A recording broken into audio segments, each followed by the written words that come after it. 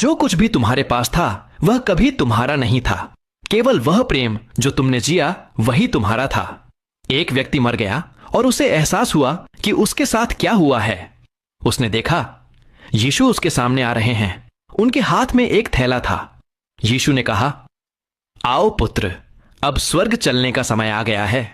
आश्चर्यचकित होकर वह बोला, हे प्रभु, इतनी जल्दी? मेरे तो अभी बहुत से सपने और योजनाएं बाकी थीं।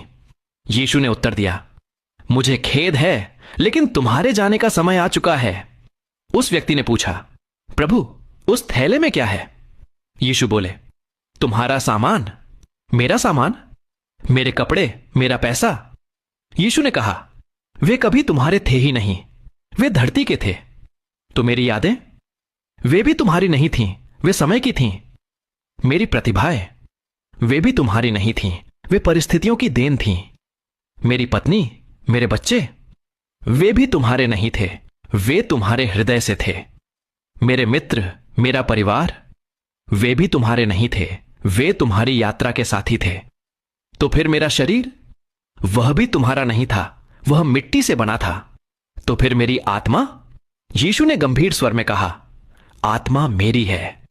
डर के साथ उस व्यक्ति ने थैला खोला। वह खाली था। उसकी आंखों से आंसू बहने लगे।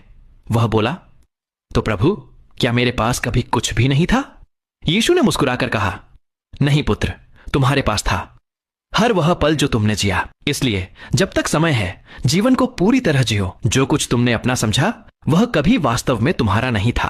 अभी जियो, अपने जीवन को जियो और खुश रहना मत भूलो, क्योंकि खुशी ही वह एकमात्र चीज है जो सच में मायने रखती है। सब कुछ भौतिक और जिन चीजों के लिए तुमने संघर्ष किया वे सब यहीं रह जाती हैं। हम इस संसार में खाली हाथ आए थे और खाली हाथ ही जाएंगे।